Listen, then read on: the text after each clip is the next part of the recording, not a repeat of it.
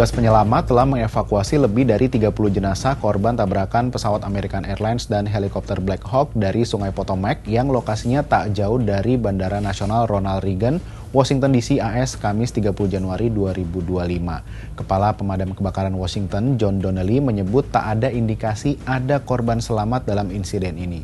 Ia pun mengakui petugas penyelamat bekerja dalam kondisi yang sangat buruk lantaran kondisi sungai yang beku dan gelap. Lantas bagaimana tabrakan ini bisa terjadi?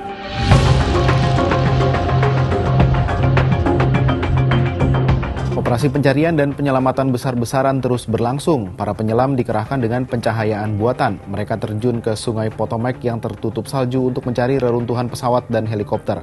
Media AS MSNBC melaporkan sedikitnya 30 jenazah telah ditemukan. Terkait kronologi kecelakaan, pesawat bombardir yang dioperasikan anak perusahaan American Airlines itu awalnya mendekati Bandara Ronald Reagan Rabu 29 Januari 2025 sekitar pukul 21 setelah terbang dari Wichita, Kansas. Sementara para pejabat Angkatan Darat AS mengatakan helikopter yang terlibat kecelakaan adalah Black Hawk yang tengah latihan penerbangan. Rekaman audio dari pengendali lalu lintas udara atau ATC yang diperoleh CNN dari liveatc.net mengungkap bahwa helikopter Black Hawk telah diminta untuk terbang di belakang pesawat American Airlines. Dalam audio tersebut terdengar pengendali lalu lintas udara bertanya kepada kru helikopter apakah mereka dapat melihat pesawat komersial yang dioperasikan oleh PSA Airlines, grup American Airlines. Tak lama setelah percakapan itu, rekaman menangkap suara tertahan termasuk seruan yang diduga berasal dari petugas menara saat menyaksikan kecelakaan terjadi. Pass 25, this is CRJ in flight. Pass 25, pass one, this is CRJ. Did you see that? 472. American 3130, go around, turn left end 250, climb maintain 3000. Blue Sea 5347, go around, climb maintain 3000, flight 3000, heading, go around 3000, Blue Streak 5347. Blackjack 3, can you return to base? What? Blackjack 3, proceed directly to Glebe. I need you to land. I need you to land immediately. Can you go to Dulles for a few minutes? Muscle 7, proceed due westbound. Contact Dulles Tower 120.1. Muscle 13, can you go to Baltimore? Tak hanya itu, kekurangan pengawas di Bandara Ronald Reagan juga diduga ikut berkontribusi pada insiden ini.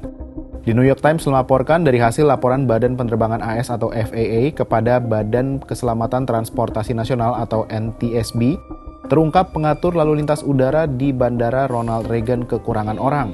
Dari seharusnya 2 orang, hanya 1 orang yang mengawasi rute Black Hawk dan bombardir yang akhirnya terlibat kecelakaan tersebut. Secara keseluruhan, dari kebutuhan 28 orang, hanya ada 24 pengawas lalu lintas udara di Bandara Ronald Reagan. Diketahui pengawas terpisah telah menjadi standar dalam keselamatan penerbangan. Oleh karena itu belum diketahui mengapa proses pendaratan PSA Airlines dan pergerakan helikopter Black Hawk hanya diawasi 1 orang. Yang cukup mengherankan, wilayah udara Washington DC ini sebenarnya adalah salah satu lintasan yang paling ketat pengawasan dan pengendaliannya. Apalagi Bandara Ronald Reagan adalah bandara terdekat dari ibu kota AS itu yang hanya dipisahkan oleh Sungai Potomac. Untuk itu pesawat komersial seperti bombardir CRJ-700 yang dioperasikan PSA Airlines harus terbang menyusuri Potomac untuk mendekati bandara. Tidak boleh lebih ke timur, kecuali pesawat dan helikopter militer atau yang disetujui militer, tak boleh ada yang terbang rendah di Washington DC. Bahkan sejumlah pilot militer AS menyebut penerbangan di Washington DC selalu sulit. Rencana penerbangan harus disusun terperinci sampai menit berapa di koordinat mana. Rencana itu diperiksa bersama oleh pilot dan unit tugasnya untuk memastikan risiko ditekan mendekati 0%. Hanya rencana yang disetujui komandan unit lalu diserahkan ke FAA untuk kemudian dijalankan. Nah, meski demikian, Komisioner NTSB Todd Inman mengatakan hasil awal penyelidikan penyebab kecelakaan mungkin akan diketahui dalam 30 hari mendatang. Menurut dia, terlalu dini untuk menyimpulkan apakah ada kesalahan manusia atau human error dalam kecelakaan itu. NTSB bakal memeriksa kondisi alam, pesawat dan helikopter, serta orang-orang terkait pergerakan kedua alat transportasi itu. Kita nanti bagaimana hasil penyelidikan yang sudah membuat Presiden AS Donald Trump ini murka. Sampai jumpa di Bahas Peristiwa berikutnya.